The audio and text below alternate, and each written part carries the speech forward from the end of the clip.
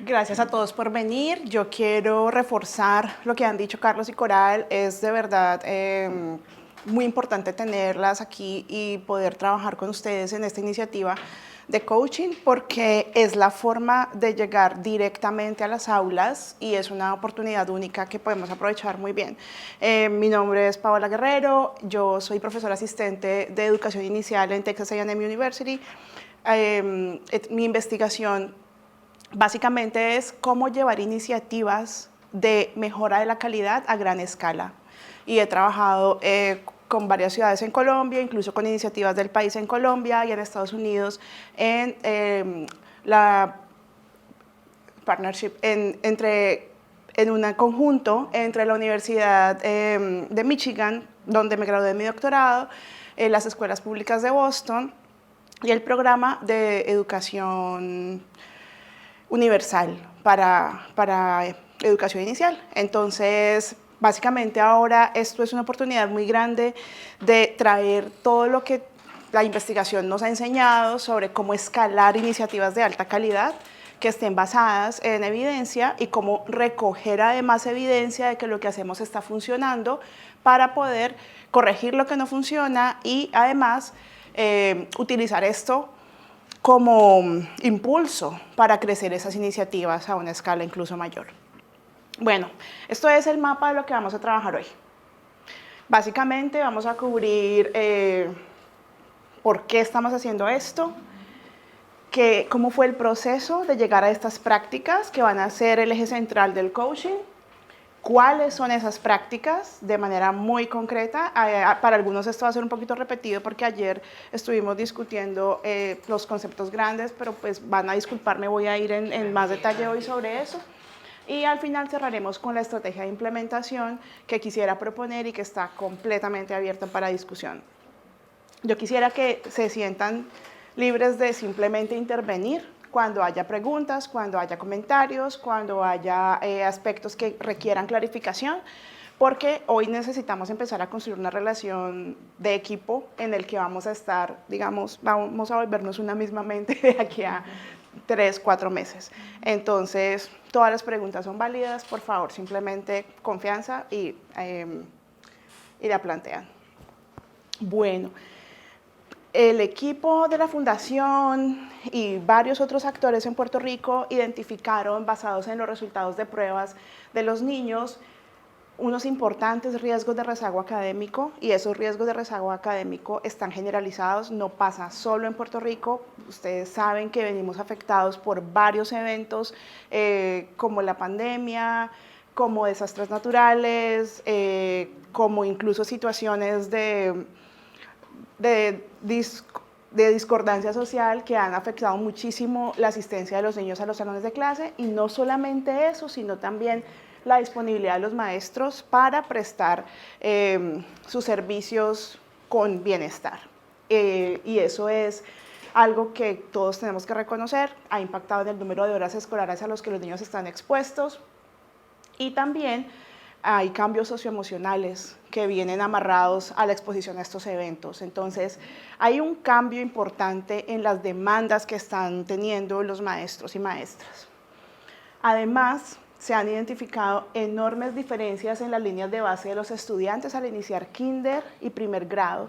Y esas diferencias muchas veces tienen que ver con la disparidad en acceso a oportunidades educativas. Muchos niños llegan a kinder leyendo y escribiendo porque en su casa leen y escriben con sus papás o han tenido acceso a educación inicial preescolar de muy alta calidad y otros no. Otros llegan a primero con una completa falta de familiaridad con la lectura y escritura y el maestro recibe a todos. Entonces allí empezamos a entrar en una serie de retos que no siempre están considerados en el currículo. Si no hay un currículo formal, esto se hace aún más retador y no necesariamente hay soportes para agarrar al maestro y decirle, ok, haz lo que puedas con este grupo y yo voy a entonces apoyar con este niño o esta niña, lo que hace aún más retador avanzar en un proceso, digamos, equitativo, en el que traigamos a todos los niños a desplegar el máximo de su capacidad. Entonces, pensando en esta motivación, el equipo De Flamboyant identificó también varios aspectos que están asociados a estos riesgos de rezago académico. La literatura nos ha dicho incansablemente que hay riesgo de deserción escolar para niños más vulnerables, esto es algo que queremos prevenir, que hay brechas de acceso a oportunidades de educación superior, especialmente por los problemas que encontramos con lectura y escritura, y que hay consecuencias a lo largo de la vida, como por ejemplo la disminución de ingresos, el riesgo de salud física y salud mental. Entonces, esta iniciativa es de verdad grande e importante en la medida en que si logramos proponer una línea de base en la que la mayoría de los niños, independientes de sus condiciones socioeconómicas, lleguen a unos logros de lectura y escritura que son los que esperamos, digamos, ahí hay una contribución muy grande a la educación en general en este país. Bueno. Entonces, vamos al segundo punto, que dice la evidencia, que es lo que hicimos nosotros para llegar a este momento. Nosotros, en conjunto con la Fundación, diseñamos un método que es básicamente una revisión sistemática de la literatura, inspirados en la experiencia que ya tuvo el Estado de Michigan con la creación de una iniciativa también multisectorial de identificar cuáles son unas prácticas que todos los maestros del Estado se comprometen a implementar y cuáles son los soportes que hay que darle a esos maestros para que ellos las implementen. Michigan empezó a trabajar en esta iniciativa en el 2015 y para el 2017 ya tenía unos materiales y unas prácticas identificadas, ajustadas para el contexto de Michigan, que lideró el equipo de Neil Duke en conjunto con un grupo de directores de escuela que se apersonaron de generar estas prácticas y pensar una estrategia para su diseminación e implementación. Ese equipo fue un equipo muy grande que Neil lideró convocando también otros expertos en prácticas de lectura y escritura, y ellos llegaron a esos acuerdos, formaron un equipo de coaches, están en este momento, llevan más o menos 5 o 6 años de apoyo constante a las aulas y los resultados son visibles. Entonces, inspirados en ese proceso es que Flamboyant un poco tiró esta bola a rodar y convocó varios agentes y actores en Puerto Rico que ahora hacen parte de la coalición multisectorial para la lectura y escritura.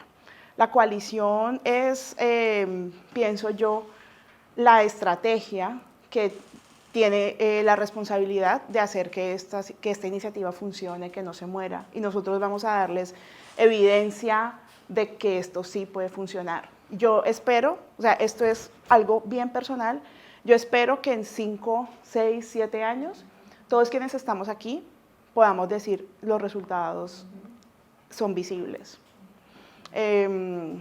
basados en los datos, obviamente.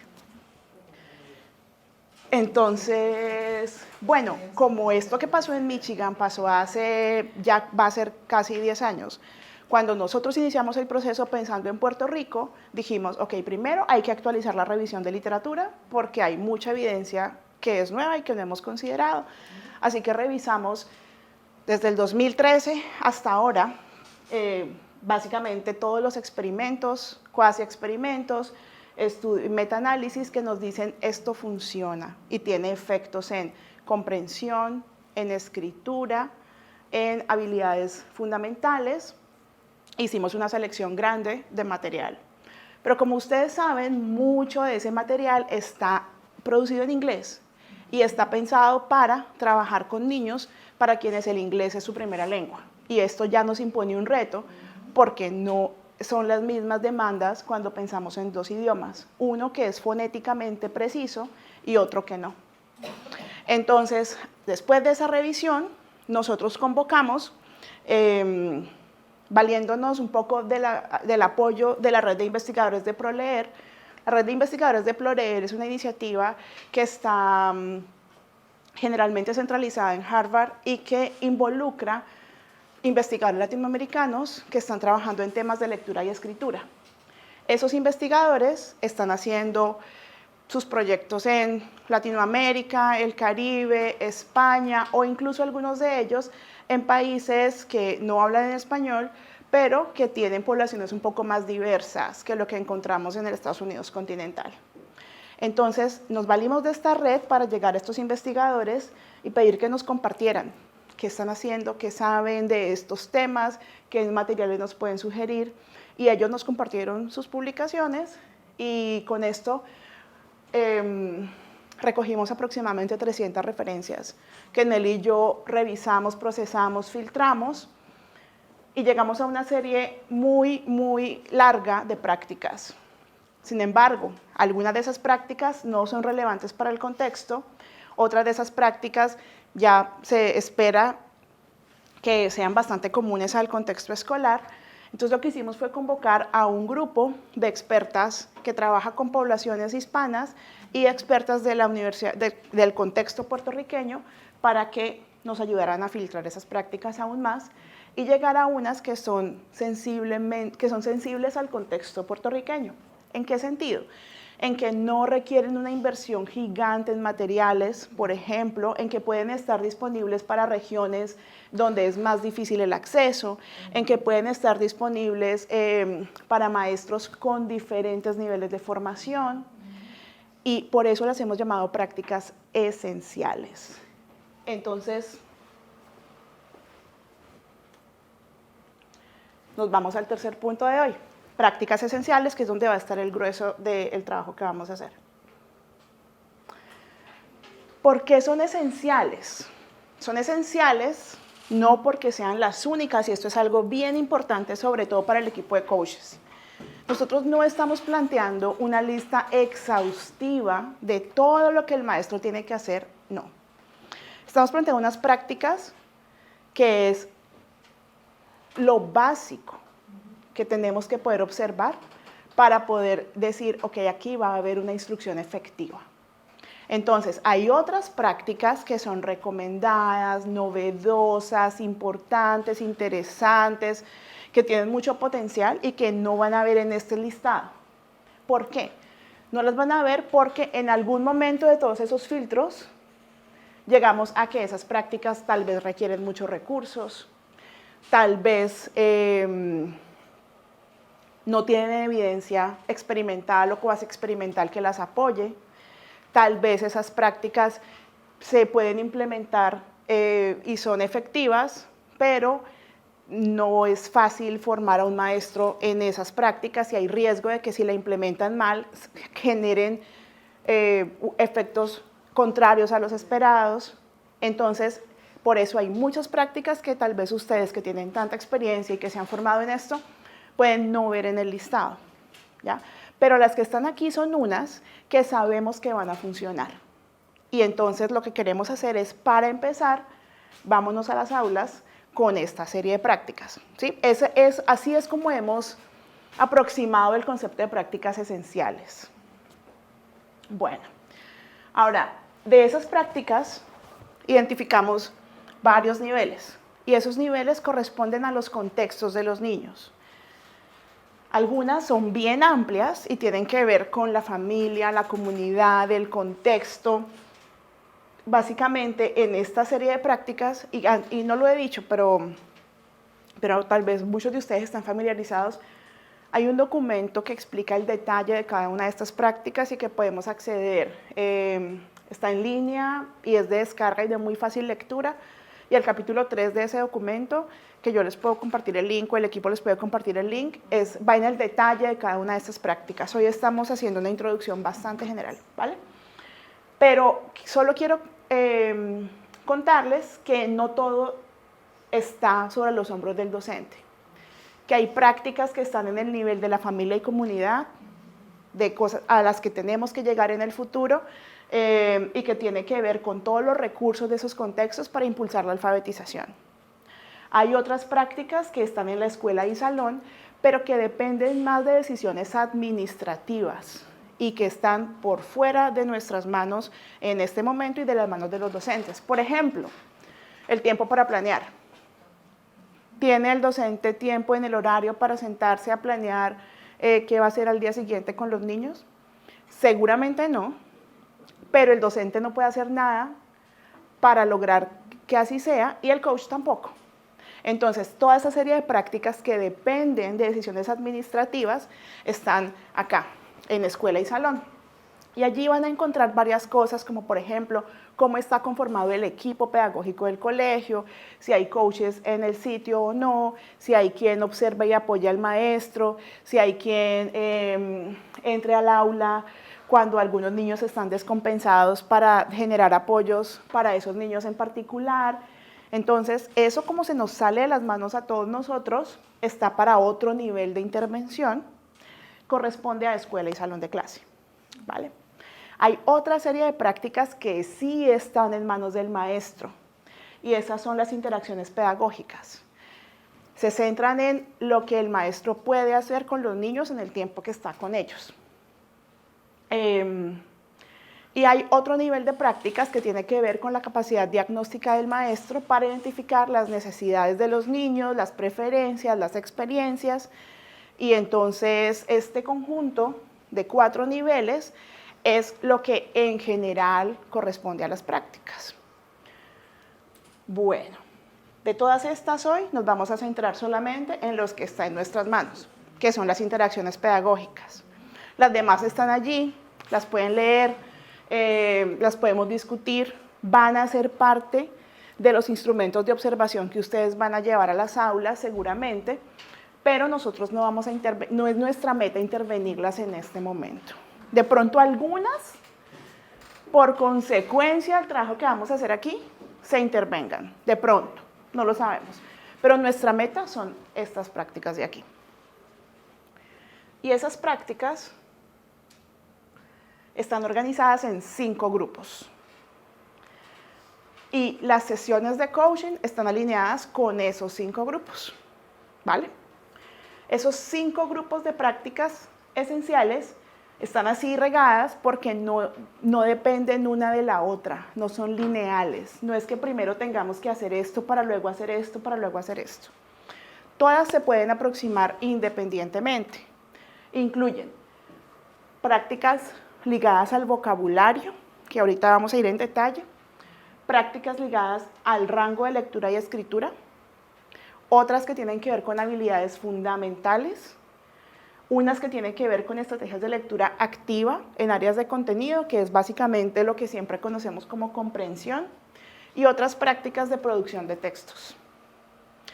Y entonces, cada uno de estos ejes contiene una lista muy pequeña de 2 o 3 prácticas que son las que nosotros tenemos como meta poder llevar y observar en los salones. Entonces, hasta ahora, ¿cómo vamos?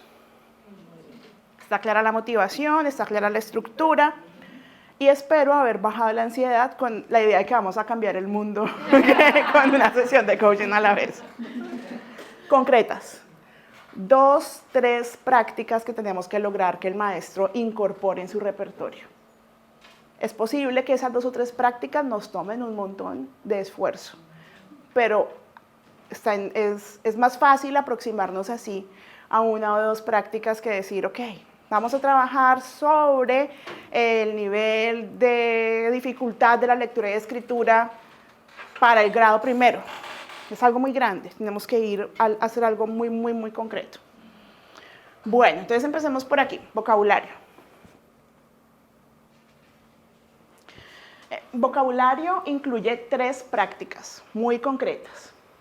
La primera tiene que ver con la enseñanza explícita de vocabulario nuevo y allí la palabra clave es explícita. Yo creo que ustedes todos saben y la verdad es que yo me vuelvo repetitiva con esto porque yo sé que ustedes saben esto, pero yo no me perdonaría no decirlo porque iría en contra de hacer esto, de ser explícitos. Pero cuando los niños llegan a los salones, e incluso mucho antes en su vida, a los 2 años, a los 3 años, la brecha de vocabulario es enorme.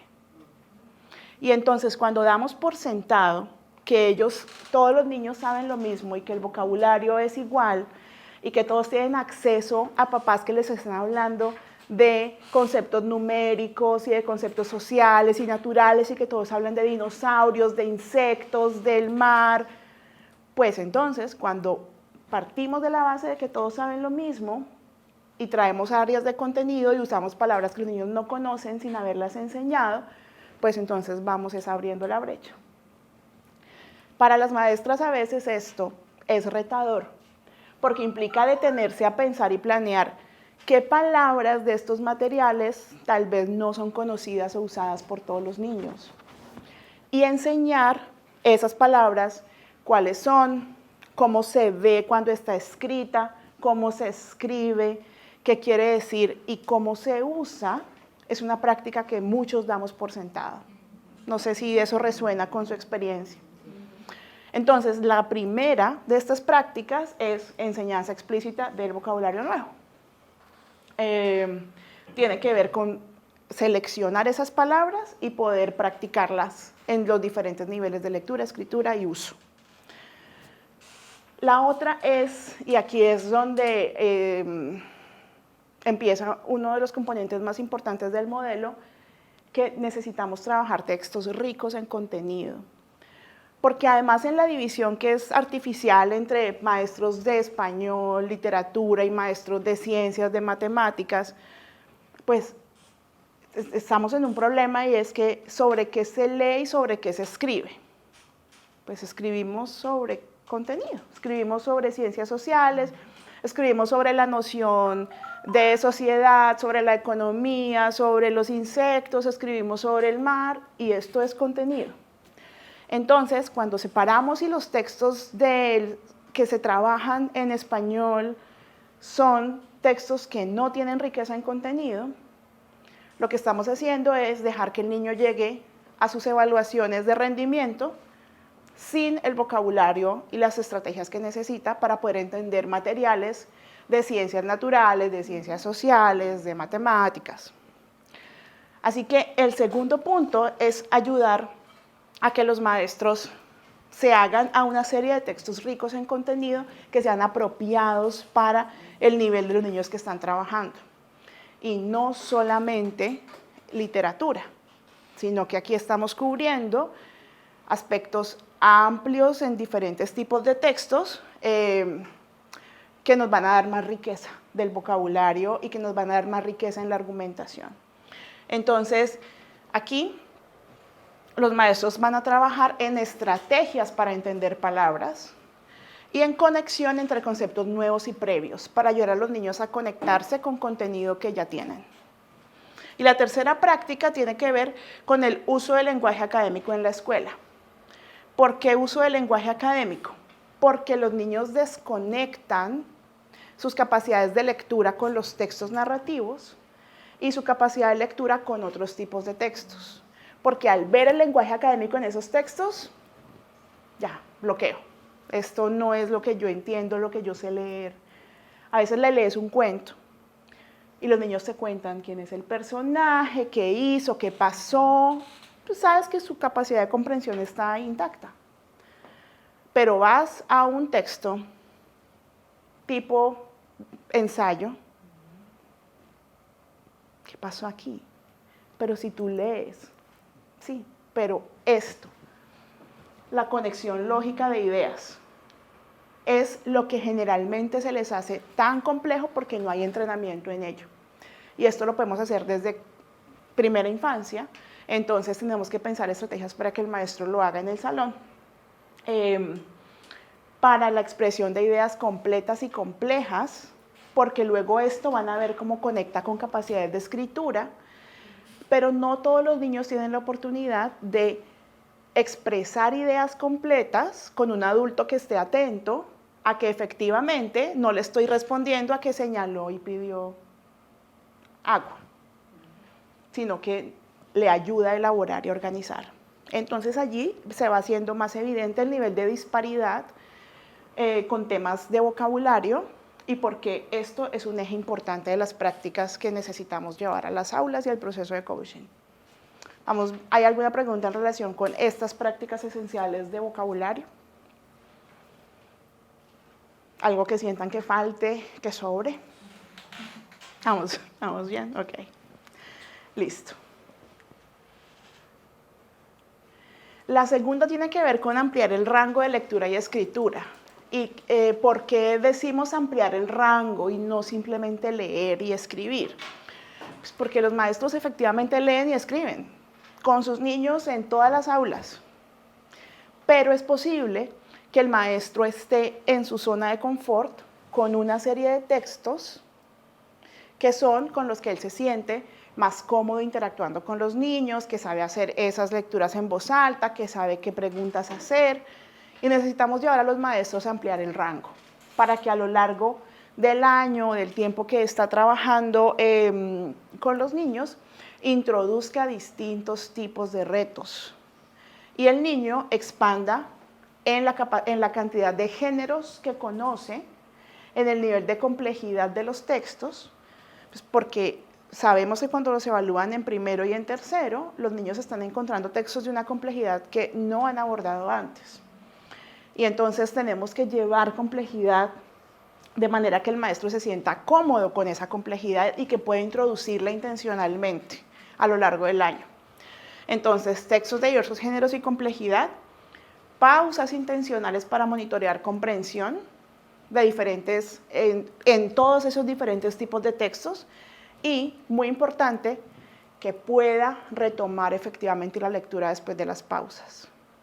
Esto, que es lo que toda la literatura llama como read aloud o lectura en voz alta, es una habilidad que la hemos visto en todos los salones, pero que la vamos a tratar de optimizar en función de los textos y las pausas de comprensión y luego volver al texto, porque la mayoría de maestros no lo hacen porque temen que los niños se les desconcentren y se les vayan de la lógica, ¿no? Entonces mejor leamos rapidito mientras tengo la concentración de los niños. Y esto es una habilidad que vamos a apoyar. Bueno, la segunda es la enseñanza explícita, y nuevamente va la palabra explícita, de tipos de textos y su estructura. ¿Por qué? Porque no todos los niños saben cómo utilizar libros y materiales impresos para sus propósitos, dependiendo de la diversidad de esos géneros. Entonces, aquí que está. Supongamos que el niño por primera vez se va a enfrentar a un texto argumentativo. Bueno, un niño en kinder te puede argumentar y te puede hacer un ensayo argumentativo. ¿Cómo? Pues él tiene que pensar, conocer que existen textos que tratan de convencer a otros sobre algo, ¿cierto? Encontrar textos que se puedan leer con ese niño o niña para que entienda, entonces yo voy a tratar de convencerlos de esto y tengo una serie de argumentos que le van a dar fuerza a mi idea y voy a cerrar este texto con algo muy convincente para que alguien me compre helados este fin de semana. ¿Es apropiado? Sí. ¿El niño va a encontrar argumentos? Sí. ¿Va a estar interesado en el tema? Sí. ¿Va a tener una audiencia auténtica para ese texto? Sí. Podemos usar eso como excusa para que él organice su escritura y tenga prácticas diarias. ¿Cómo es que vas a hacer esta semana para que puedas al final de la semana tener una carta para los papás convenciéndolos del helado del fin de semana? Ahí los vas a tener escribiendo todos los días. Entonces, si logramos que los maestros se pierdan la resistencia a utilizar otros tipos de textos y les damos estrategias para que ellos logren hacer esto, ¿dónde estoy? Aquí. Entender la estructura y las expectativas de los diferentes tipos de textos, es muy posible que ellos vean efectos en los niños y cómo están ellos ahora más enganchados con la lectura y la escritura de una diversidad de géneros. Y finalmente, la selección de textos variados, que tiene que ver con cómo nos vamos a conectar con otras áreas de contenido. Entonces, algunos de los maestros son maestros de español y nunca han trabajado con un texto de matemáticas. Vamos a tener que romper barreras y tratar de hacer esto para que los niños expandan también su confort conectando las áreas. Ok, hasta allí. Con este tema del rango de lectura y escritura tenemos preguntas, comentarios. Bueno. Esta que es bien difícil y lo sé que genera a veces mucha resistencia. que parte de fortalecer las habilidades fundamentales de lectura y escritura. ¿Y por qué genera resistencia? Porque hay mucha literatura. Ay, me quedó el tablero señalado. Quizás en la goma de borrar, debajo del color azul.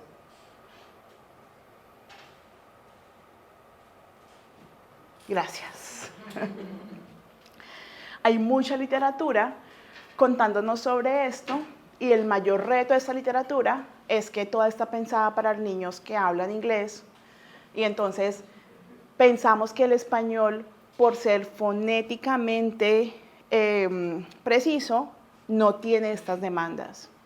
Pero yo creo que todos los que estamos aquí hemos escuchado a los niños con dificultades para identificar sonidos y para reproducirlos. Y entonces allí es donde uno dice, ok, está bien, el español sí es fonéticamente preciso, claramente escribimos lo que escuchamos, pero la capacidad de discriminar esos sonidos para luego escribirlos no es la misma. Y llevamos años tratando de pensar que sí es la misma, y entonces vemos a los niños escribiendo con omisiones importantes, y vemos a los niños escribiendo en tercero y en quinto, omitiendo incluso sílabas completas o grupos completos de sílabas, y es consecuencia de no hacer un trabajo intencional de conciencia fonológica. Entonces, conciencia fonológica y principio alfabético, discutido, sí. Algunos maestros lo aman, algunos maestros no. Pero necesitamos encontrar una manera de que ellos trabajen en discriminación de sonidos y letras, combinaciones de sílabas y palabras que cubran sistemáticamente el alfabeto. Además de eso, ir a estrategias de mapeo ortográfico, porque los niños que ya empiezan a asociar grupos de letras con significados se disparan en lectura.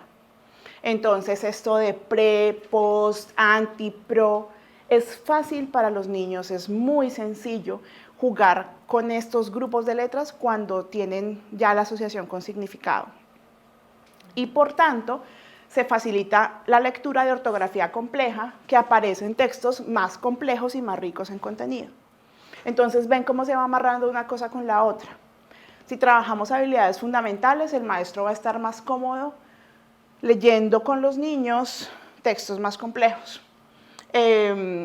Y va a poder practicar estas capacidades en textos de mayor nivel de dificultad. Y finalmente, la manipulación de palabras basadas en su morfología. Y es ayudarle a los niños a jugar con las formas de las palabras y a reorganizarlas para que se sientan cómodos infiriendo los significados de palabras nuevas basadas en sus raíces, sufijos, prefijos. Es algo completamente adecuado para las edades que vamos a trabajar y muchas veces se hace retador porque implica, ok, pensar una estrategia para darles a los niños formas de jugar con esos componentes no resulta tan intuitivo a veces para muchos maestros. Entonces, estos serían las habilidades centrales o fundamentales de lectura y escritura que vamos a trabajar en ese nivel de habilidades básicas. ¿Bien? Súper. Y finalmente, usar estrategias de lectura activa. No final. Final en el grupo que tiene más que ver con lectura y luego vamos a escritura. En lectura activa hay una serie de pasos que son centrales para que los niños lean con una idea previa de qué quieren comprender del texto. Y esto que han llamado lectura activa en muchas aproximaciones, tiene que ver con decir, ok, ¿para qué vamos a leer este texto? ¿Qué es lo que estoy buscando? Y entrar al texto con las preguntas en la cabeza. Además de esto, el maestro debe explicar y modelar cómo definir un propósito para la lectura. A veces el propósito es buscar unas preguntas muy específicas. A veces el propósito es resumir. A veces el propósito es continuar un texto, digamos, tener una parte y que el niño lo finalice con otras ideas propias, ¿verdad? Y frente a esos distintos propósitos, el niño entra a leer distinto cuando ya lo tiene claro. Entonces, importante explicar y modelar cómo definir ese propósito, explicar y modelar cómo monitorear si se está cumpliendo ese propósito. Y finalmente hacerlo en sesiones interactivas y de lectura independiente, a veces entre pares, a veces solitos. En esa misma vía, el uso efectivo de estrategias de comprensión, y es que los niños puedan escoger las estrategias adecuadas para ese propósito. Tomar notas, subrayar, qué es lo que le va a servir a ese niño o esa niña para cumplir ese propósito en términos prácticos. Nuevamente vamos con lo explícito. A veces los maestros asumimos que pues los niños saben que tienen que subrayar. ¿Qué es lo que tienen que subrayar? ¿Cómo aprende a hacerlo? ¿Cómo aprende a buscar la información clave? ¿Cómo aprende cuáles son los hechos que están dando soporte a una idea fundamental? Entonces, todo esto que damos por sentado, nuestra tarea va a ser, vamos a trabajar con el maestro para no darlo por sentado y generar una serie de pautas para poder traerlas a las lecciones, a lo que vamos a hacer con los niños hoy. Y finalmente, esto incluye hacer preguntas, resumir, visibilizar la estructura del texto, todas las estrategias que sepamos que van a ayudar a cumplir aquel propósito que el maestro definió. Y si hacemos eso para distintos tipos de texto, volviendo al tema de géneros variados, la capacidad de comprensión se dispara, porque va a estar comprensión para textos narrativos, va a estar la misma para textos expositivos, argumentativos, y esto es generalmente algo muy valorado también por los niños, porque les quita esa barrera y esa ansiedad de tener que hacer algo que no saben cómo hacer, como dicen por ahí, cómo entrarle, cómo arrancar, cómo superar la dificultad inicial de sentir que algo está fuera de su capacidad y de su zona de desarrollo próximo. Ok. ¿Vamos a escritura? Súper. Aquí me perdonan el tamaño, no caí en cuenta que se me hizo tan pequeño. Con escritura, la meta es producir textos que comuniquen efectivamente. Y esto implica escribir a diario, lo que a muchos maestros les resulta como un imposible. ¿Por qué les resulta imposible? Porque no están conectando con contenido. Entonces, tal vez nos va a tocar ayudarle a hacer esas alianzas a los maestros para poder obtener el tiempo mínimo que se necesita de escritura en la jornada escolar. ¿Qué vamos a hacer aquí? Vamos a enfocarnos en dos cosas: enseñanza del proceso y de la estrategia de escritura. La enseñanza del proceso la voy a explicar aquí en este segundo punto. Y la enseñanza de la estrategia la voy a explicar aquí en este tercer punto.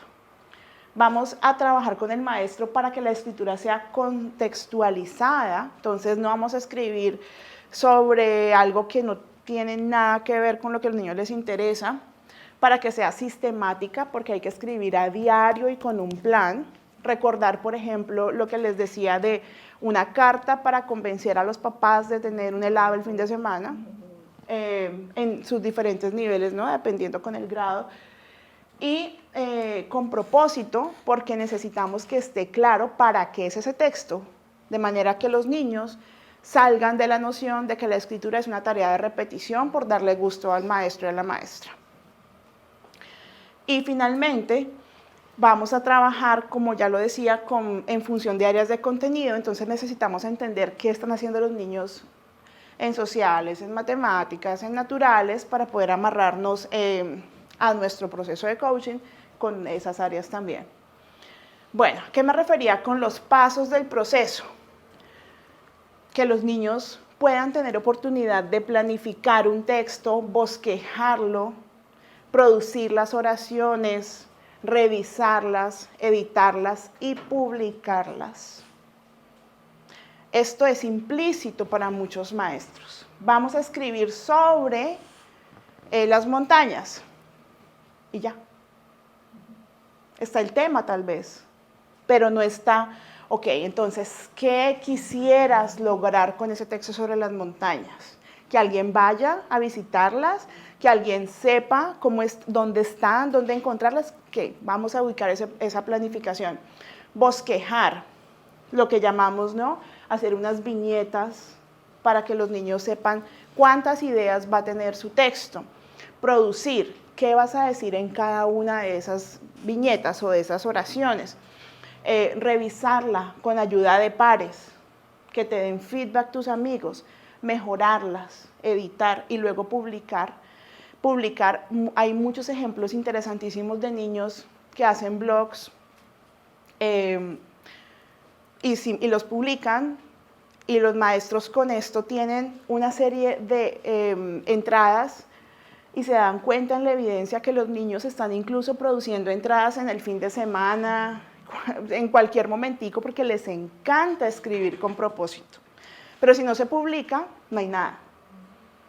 Entonces, vamos a ayudar a que los maestros generen una estrategia para hacer escritura auténtica, donde enseñemos a usar estos pasos todos, sistemáticamente.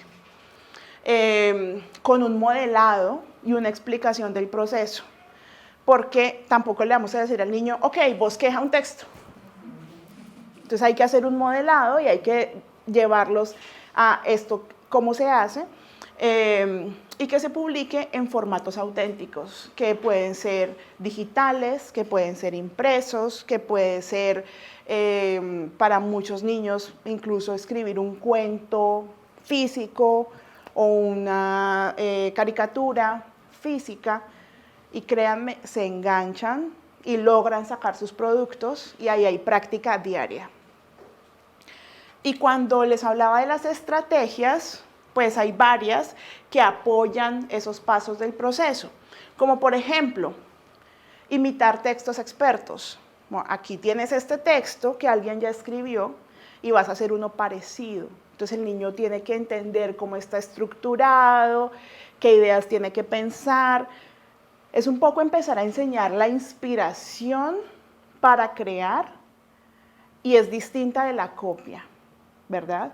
Pero si traemos esto como desmitificado y podemos usar modelos para generar, también impulsar la creatividad de los niños, allí hay mucha ganancia para el proceso de escritura. Hay varias estrategias y las vamos a ver pues como en nuestras sesiones de entrenamiento para el coaching. Y finalmente, determinar la estructura según el propósito de texto. Entonces, como ya los niños están expuestos a diferentes tipos de género, también van a estar expuestos a distintas estructuras.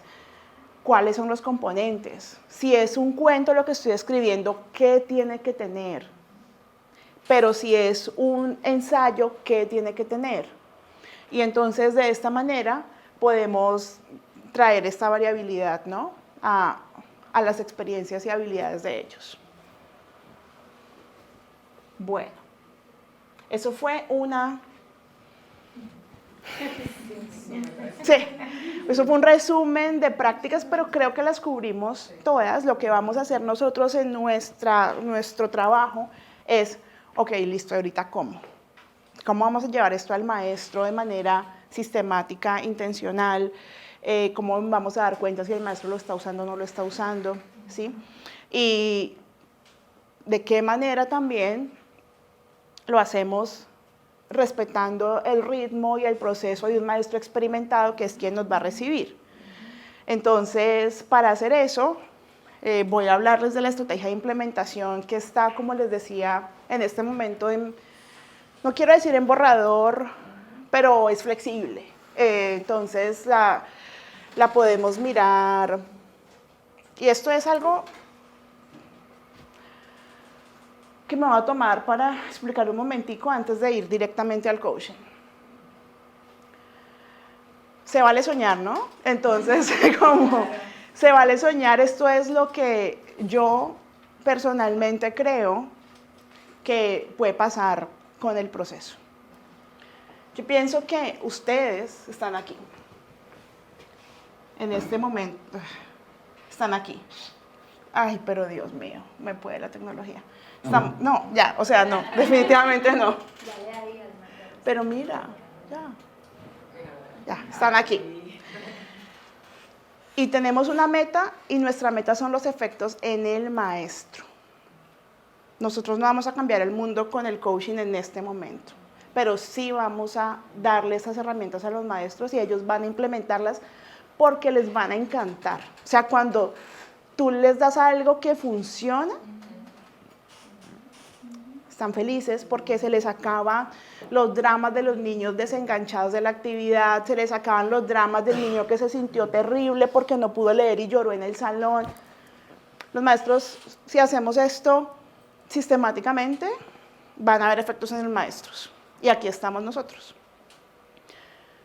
Yo pienso, y aquí retomo, se vale soñar, que una vez hayan esos efectos en los maestros, esto se va a dividir en efectos para el salón de clase y para la escuela, que nosotros en este momento no vamos a ver, pero que seguramente quienes estén a largo plazo en el proceso van a ver porque los salones van a cambiar en términos de los materiales que usan, de la estructura, de cómo están organizados, de lo que hacen a lo largo del año.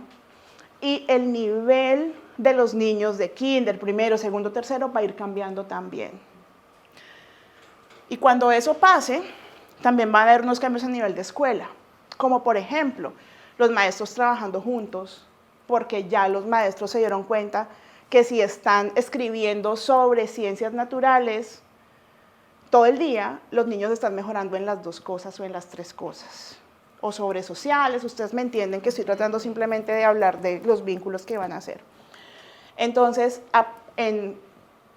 después de que nosotros terminemos el coaching, y dependiendo de la capacidad que tenga la coalición para seguir impulsando el proceso, yo espero que van a haber basada en la literatura y en otras experiencias de implementación de programas a gran escala. Digamos, no lo espero por la ilusión de mi corazón, sino que lo espero basada en la evidencia que conocemos, que van a haber cambios a nivel de salón, al nivel escolar y al nivel de la escuela. Y allí lo que debería pasar es que haya recursos para hacer un coaching de sostenimiento y para incluir un coaching de liderazgo, porque sostener estos cambios requiere traer al equipo administrativo del colegio, a los directores a bordo, ¿verdad? Entonces yo creo que esto es lo que va a pasar después. Y cuando esto esté, y aquí ya las escuelas, digamos, están a bordo, esto va a traer implicaciones a nivel de familia y comunidad, que es donde seguramente se van a empezar a implementar esas prácticas que les comentaba por allá cuando les decía que hay muchas que no hacen parte de lo que vamos a cubrir, y donde los directivos y el equipo pedagógico van a estar ya con esto en la cabeza, monitoreo de la calidad. A ese momento las escuelas deberían estar recibiendo coaching de sostenimiento, coaching en liderazgo, y van a estar muy pendientes de sus propios datos y de su capacidad de mejora, porque ya han visto cambios. Y cuando vemos cambios nos gusta medirlos para seguir mostrando que esos cambios están ocurriendo y que son positivos. Entonces, aquí con este monitoreo es cuando el equipo pedagógico va a estar más fuerte para seguir de pronto implementando iniciativas más complejas, porque recuerden, estamos con unos esenciales, ¿verdad? Y esto a largo plazo, pienso yo en una visión para Puerto Rico, muy humildemente, les va a generar a ustedes información para tener evaluaciones diagnósticas más precisas y rápidas, cómo usarlas, cuándo usarlas, por qué usarlas, mayores recursos en materiales y actividades, porque ya los maestros están cubriendo todo lo que pueden hacer con sus propios recursos, ruta de apoyos especiales y extraescolares, porque ya los maestros van a tener muy claro, ok, aquí llevo el grupo, pero María, Juanito y Luis necesitan tiempo por fuera, un programa de verano, porque todos sabemos que el logro de lectura y escritura cae, pero furiosamente en los veranos, y un monitoreo que incluye monitoreo de calidad de las aulas y monitoreo del desempeño de los estudiantes, que ustedes ya tienen el de desempeño, pero me refiero a sistemas propios a las escuelas para estar continuamente monitoreando ese desempeño. Entonces, así es como yo anticipo que se podría dar a grandes rasgos una estrategia de implementación para ustedes, y estamos aquí, entonces humildemente vamos a dar lo mejor para esa fase. Ya veremos. Exacto. Y para esos efectos en los maestros, vamos a ver si aprendí. ¿No? ¿No aprendí? Sí. Nosotros vamos a vamos a mostrar esos efectos de dos maneras. Por un lado, con los conocimientos que saben ellos sobre estas prácticas. Y para esto les vamos a dar una encuesta virtualmente y simplemente les vamos a preguntar. Hay una serie de reportes que incluyen sus demográficos, que incluye su experiencia y que incluye ellos que saben de todo esto que ustedes ahorita ya conocen. Y les vamos a preguntar qué expectativas tienen sobre el proceso de coaching, porque sabemos que no todo el mundo va a estar en la misma disposición para recibir el proceso en las aulas y necesitamos tener eso en cuenta desde el comienzo. Y al final les vamos a dar la misma encuesta para poder entender los cambios en sus conocimientos sobre las prácticas y para entender cómo funcionó esa relación con el coach que fueron capaces de construir allí. Porque si logramos traer a los maestros a bordo a una relación colaborativa, ellos van a seguir solicitando coaching en sus aulas. Bueno, esto es lo que vamos a preguntar. Y otras cosas las van a ver ustedes directamente. ¿Qué van a ver? Hay una herramienta puntual que se llama Herramienta de Observación de Lenguaje y Alfabetización en el Aula, que se llama ELCO. Algunos están familiarizados con ese instrumento. ¿Sí? ¿No? Bueno, nos vamos a entrenar en ese instrumento, yo les voy a entrenar en el instrumento para poder entender en función de un instrumento estandarizado que no tiene nada que ver con las prácticas, cómo están esas aulas y que es comparable con otras aulas en Estados Unidos y en Latinoamérica, en términos de puntajes. Y vamos a medirles fidelidad a las prácticas, que es el instrumento que yo he diseñado para mirar cómo llevar registro de que se esté haciendo las prácticas como esperamos o como la literatura sugiere que se deben hacer. Esto lo van a observar en la primera sesión con el maestro. Pero para poder entender que cuando apliquemos el instrumento todos estamos en la misma página, vamos a tener antes una calibración, ¿verdad? Entonces esto iría al inicio del proceso de coaching, al final del proceso de coaching. Ninguno de los instrumentos se toma la vida entera, es algo que se diligencia, sí, sencillo allí en el aula. Y durante el proceso, cada una de ustedes va a estar reportando unos logs sobre las sesiones que nos van a servir para entender la cantidad de coaching que le llegó a cada uno, porque pensemos que en este momento la estrategia está pensada para unas aulas, pero cuando sea para todas las aulas, necesitamos entender la cantidad necesaria de coaching, porque no es lo mismo ir a un salón 20 minutos que ir a 1 hora o ir 2 horas, pero tampoco cuesta lo mismo ir 20 minutos y 1 hora o 2 horas. Entonces necesitamos entender de manera muy precisa, ok, ¿cuánto duró la sesión? Para ir teniendo información sobre escalabilidad, ¿verdad?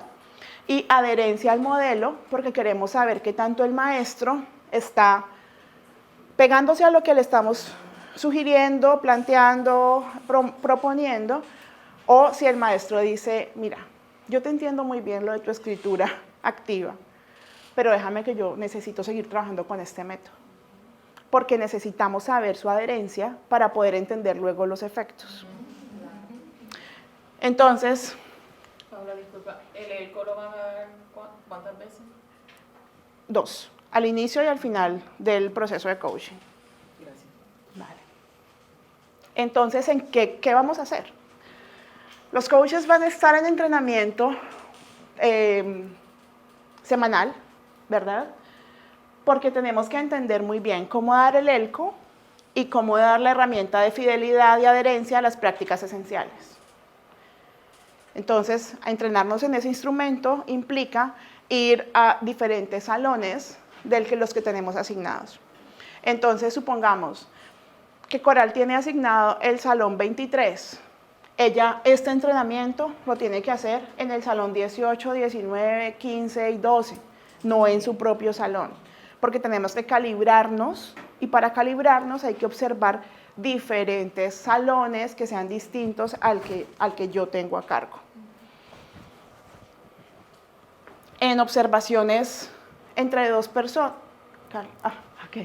en observaciones entre dos personas, vamos a hacer un diagnóstico, que es esta primera vez que se aplica el ELCO, ya no para propósitos de entrenamiento, sino con propósitos evaluativos.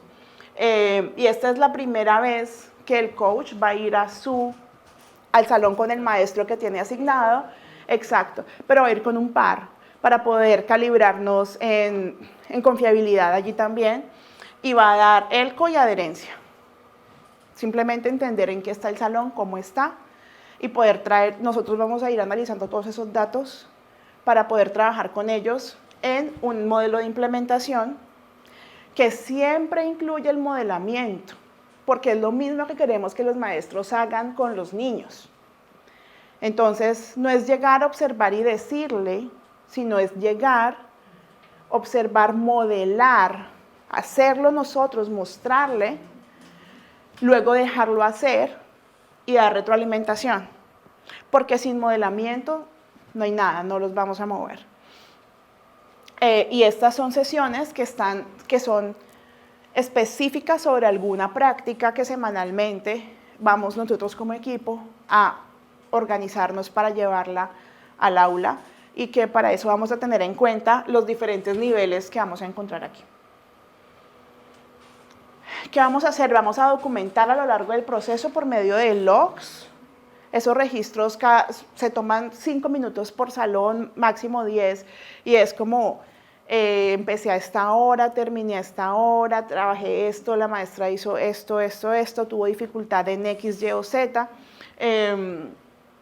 Y eventualmente podemos hacer una calibración para saber que estamos midiendo fidelidad y confiabilidad bien, porque luego al final vamos a volver a dar estos dos instrumentos y queremos que lo que hicimos acá lo estemos sosteniendo y cuando lleguemos a ver los resultados todavía seamos confiables. Un coach distinto al coach que dio las sesiones va a realizar esta última observación con el grupo, porque queremos lograr la mayor objetividad posible para nosotros entender qué funcionó y qué no funcionó. Y eso es lo que yo propongo que sea el modelo de coaching, en el que vamos a trabajar primero solos, en el equipo de coaching, entendiendo lo que vamos a hacer y planeando volviéndonos confiables y planeando las observaciones, y luego la intervención, y después, y obviamente con detalle a cada una de las prácticas que vamos a llevar a las aulas.